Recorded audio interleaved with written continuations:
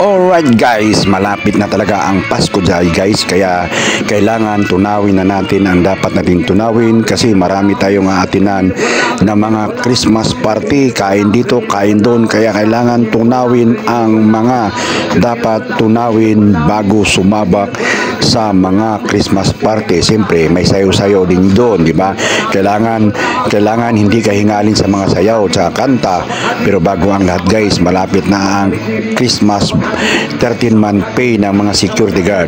Kung gusto nyo malaman guys kung saan dapat ilagay ang mga 13-month pay ng mga security guard, panuorin nyo itong video na yan guys. Ayan yung video na yan guys, oh.